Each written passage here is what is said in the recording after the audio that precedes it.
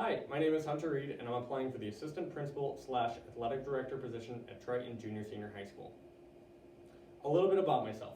I grew up in a small town in Michigan that is very similar to Bourbon. While I was there, I was able to excel in athletics, academics, and being involved in the community that the high school was in. I really believe in the smaller school model of intimacy that can be offered at a high school the size of Triton, with the community being able to be involved. When that happens, everybody's on the same team and everybody has the same goals and the same vision. This allows for people to be able to do critical feedback and allows for teachers to grow, and that's something I really believe in. So with that said, here's how I would conduct observations and supervisions if I was a principal at your school. The first thing I would do would be conduct 2-minute walkthroughs often. This helps build teachers' trust and helps build a relationship with your teachers, so that way they know that you're on the same team. When you're in their classroom often, you're able to see what's going on and have a better idea of who this teacher is as a teacher and as a person for that matter. The second thing that I would do is clinical supervision using the Downey model. This model is a way that you can help teachers grow in areas that they need to grow in. Sometimes as administrators, we often get into the habit of just giving them feedback about what we thought went well or what we thought went poorly, and this doesn't give much of an input for teachers. And so using this model, I would be able to give better feedback to teachers and help them be more reflective and grow in their teaching ability. So the first part of this model is the pre-observation conference.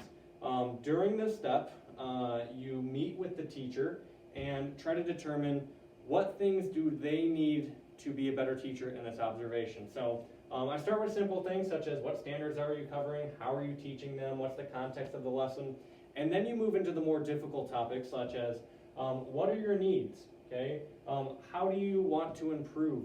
What things can I look for in this observation that I'm going to see? So during the video that you had me watch, I obviously wasn't able to do this step. So I'm going to show you an example of what I would be doing if I was talking to this teacher for this observation. Hi, Ms. Fritano. Thanks for coming in today for this pre-observation conference concerning the observation we have tomorrow. Before we get started, I just want to say that I'm really excited to come in and get to see your classroom, and I want to be on your team as a team player. I want to be able to help you improve as a teacher, and so I'm not coming in to tell you what you're doing right, tell you what you're doing wrong. I'm coming in a way to help you be reflective and to figure out ways that you can grow as a teacher, and I can help you in that process. So, with that said, what are we learning in your class tomorrow? Tell me a little bit about the lesson that I'm going to be observing. Yeah, tomorrow we're going to be kind of applying some of our knowledge with main idea and supporting details. That's something we've been learning about for a while, and we're applying that to our recent research on countries, and we'll be kind of starting that persuasive essay format on our countries. Awesome. Yeah, it's really good for kids to not only learn about something, but take it to that next level of Bloom's taxonomy and through writing and things like that, and being a little bit more challenging of tasks. So tell me a little bit about the context of the lesson. Are you introducing something? Are you assessing it? Where are we at in that scale, that spectrum there? Yeah, we're kind of in the point where we've done our research on our countries, so they're very knowledgeable about their countries. They also have learned main idea and supporting details, and so we're kind of reviewing that skill while also applying that to our countries. Awesome. Yeah, it's important to bring back things that you've learned in the past before, so I'm really happy you're doing that. With that said, what ways can I as the administrator be of assistance and help to you as the teacher? When I come in tomorrow, I want to gather some data about your teaching. I will write down some strengths and some weaknesses that I see, and we'll talk about those, but I really want this to be more reflective for you, and so what things do you want me to look for to help you grow as a teacher? Something I would like to grow in is I want my students to be engaged the whole time, and so how much time do I spend talking at them, and how much time do they spend talking to each other, talking to me, allowing me to see their level of engagement. So I'd really like to foster that style of community in our classroom. I feel like their culture, how they talk to each other. Awesome. Yeah, those will be things I look for tomorrow. So just so I understand, you want me to look for how much time you're talking versus students are talking, and to help you see what the culture of your classroom is like. So, well, terrific. I will create some sort of way to gather that data to write that down easily, and so that way after after the observation, I can show you that data and walk you through what I noticed and what are your thoughts on that. So, with that said, so after I would have had that conference with Miss Raytano, and by the way, that's my wife. She is a 4th grade teacher in Warsaw, so she understands teaching a little bit. But anyways, after I would have had that conference with Miss Raytano, I would have then gone and tried to make some data over that the needs that she wanted and things that she wanted to improve on. So she said teacher talk time versus student talk time, and I'll gather data on who's talking and how much time. And before we move on to the next slide, I know that I never got to do that with Miss Raytano, and so I took the liberty of saying that that was something that she could grow in and kind of doing that myself. So with that said, the next portion is actually doing the observation. And so I'm going to walk you through some strengths and weaknesses that I saw from Miss Raytano. The first thing that I saw was that she did a really good job with the visuals she had in her classroom. Sentence scripts, graphic organizers, the overhead projector slides and things like that. That's really good for EL students and all students to have those visuals. With that also said, I thought she kind of was a little bit short on the hook. She kept talking about a travel brochure that she was going to use, and she didn't actually have one. So I thought that would have been a really, really good addition to the lesson. The next thing I noticed was she had really good transitions. She was able to move from one topic to the next really easily. And so from the hook to the modeling to students are working on it, guided practice, I thought she did that really well in her lesson. The next thing that I noticed was that she was on task the entire time. There was no downtime for students. They were locked in from start to finish, and not much time for students to goof around a whole lot during the lesson.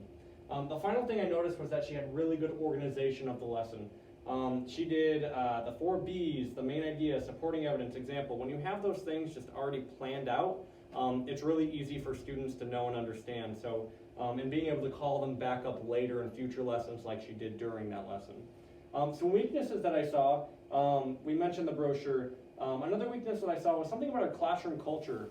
Every time she called on a student, a lot of the other students would giggle, would laugh, and what I noticed is that the students respected her as a teacher, but they did not respect each other as students. And that makes it really difficult for you to call on students and for students to be outgoing, and that's why you saw only the same students answering during the class and her having to call on other ones. Another thing that I noticed was the amount of time that she was talking versus the amount of time that students were talking. She was talking over 85% of the video, and granted, I didn't get to see the independent practice parts, but it was hard to see the independent practice parts, and it didn't look like that was a part of her lesson at all. The final thing I'll say is I didn't get to see much assessment. She did thumbs up, thumbs down, and that's good formative assessment, but it doesn't really offer you any data to look at to see if your students are actually learning that information. So after I would have observed her, I would have then gone and looked at some of the data that she had asked me to gather in the pre-observation conference. She wanted me to check student versus teacher talk time. And so I did, when she was talking, notice that she talked for 85% of the lesson while students only talked for 14%, and that most students, when they talked for under 5 seconds apiece on average. And it's not a very open classroom for collaboration. It's very teacher dominated. So that would be something I bring up in the post-conference observation. So with that said, when I'm giving feedback to the teacher, I don't want it to be, here's what you did wrong, here's what I thought. That puts my preference on their teaching style. I want it to be more of a team attitude and more of an open, reflective conversation about how can this teacher get better? Because when people buy in, that's what makes the difference. Me telling you what to do isn't going to make a difference, but when the teacher buys into their own growth, that's what makes the difference. And so I develop a few questions here. The first part is what went well, what went poorly, things like that, just to get the conversation flowing. I then develop some carefully worded questions that deal with the whole group instruction versus independent practice. That has to do with the amount of time she's talking versus the amount of time they're talking. The culture of her classroom with the way students are treating each other, And finally, a little bit about the EL students and the visuals that she was using in her classroom. Hi, Ms. Raitano. It was really exciting seeing your classroom yesterday, and I'm excited to have this conversation with you about what I saw. Before we get started, I just want to say that this is a reflective conversation and that we're on the same team and working towards the same goals and have the same vision, the same mission. So I'm not out to get you. I'm not out to say that you did anything wrong or bad, but I am out to help you grow as a teacher and help us grow as a school. So before I give any of my own feedback, I'm curious what you thought. What went well? What went poorly? What do you think about the lesson yesterday? I felt like what went well is I was really organized and prepared with what I had ready for them to do, and I felt like we accomplished everything we set out to do yesterday. Yeah, I thought you were really organized as well. That's a strength that I saw in your classroom. I noticed that you had all of your sentence strips and all of the graphic organizers and things like that already prepared, and I think that really helps students, along with other things such as having them labeled main idea, supporting evidence, examples, things like that. Those are things that I really noticed that were going well in your classroom, so nice job with that. With that said, I'm going to ask you a few questions here that hopefully will help you be reflective and see some things that I saw as well. So the first question is, when you're planning future writing lessons and you're thinking about instructional practices for writing, what influences your decision to do more whole group instruction rather than independent practice to increase the writing skill level as it relates to student growth? Yeah, whole group versus independent practice is a tough balance. I think depending on where you're at in the lesson, you're going to do more whole group than non-whole group. So I felt like we were reviewing some old skills and that I needed to talk more to recall their information. Looking back on it, I'm not sure that I needed to talk as much as I did. I guess I'm curious to see what you thought about that. Yeah, so that is something I noticed, is the amount of time that you were talking versus the amount of time that students were talking. I think whole group is really important and needed, but it seemed like you had already covered a lot of this information before, and recovering it again, which is good, but doing that as whole group, I thought, it meant that students were doing a lot during the lesson. Yeah. So that was something that you asked me to take some data on before we got into the observation, and that is something I did take some data on, so I want to show you that the amount of time that you were talking versus the amount of time that students were talking. Yeah, I can see that a lot of times I asked them questions and didn't necessarily give them time to really come up with the best answer. So often I would just ask another question or ask another student.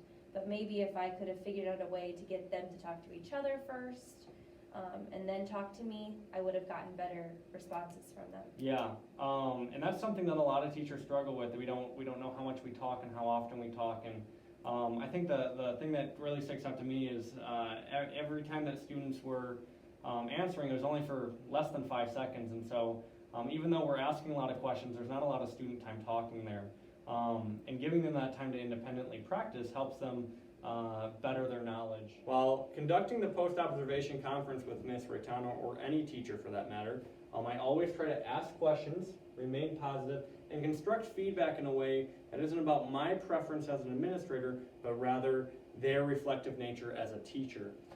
Something that I think is really important is always bringing data into that conference. That's why I have the pre-observation conference. That's why I collect data during it, so that way they can see what was actually happening during the observation and can find ways that they can grow through that method. With that said, I filled out a RISE evaluation rubric. This is something that you can look at through the PowerPoint that I'll share with you. This is not something I'm going to go through at the moment, though. A couple more things here is for future observations and for future growth of Ms. Raitano, I would continue doing the 2-minute model. I would continue doing long observations, and before I meet with her for those long observations, bringing up what we talked about in the past and some things that I'm noticing, and trying to develop reflective questions so that way she can be better as a teacher, and that way we can continue working on these same things that I noticed before. Yeah, and those are things that we all want to improve in. Some final thoughts. The clinical supervision and 2-minute walkthrough models are meant to be formative. RISE is meant to be summative, and so these are ways that I can help the teacher grow before it's too late, before the end of the year, and so I can work with them through these processes so that way they can get the best RISE evaluation.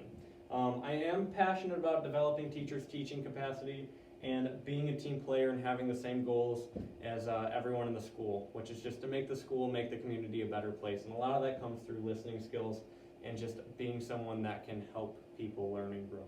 So thank you for the opportunity of this interview, and I look forward to hearing back from you.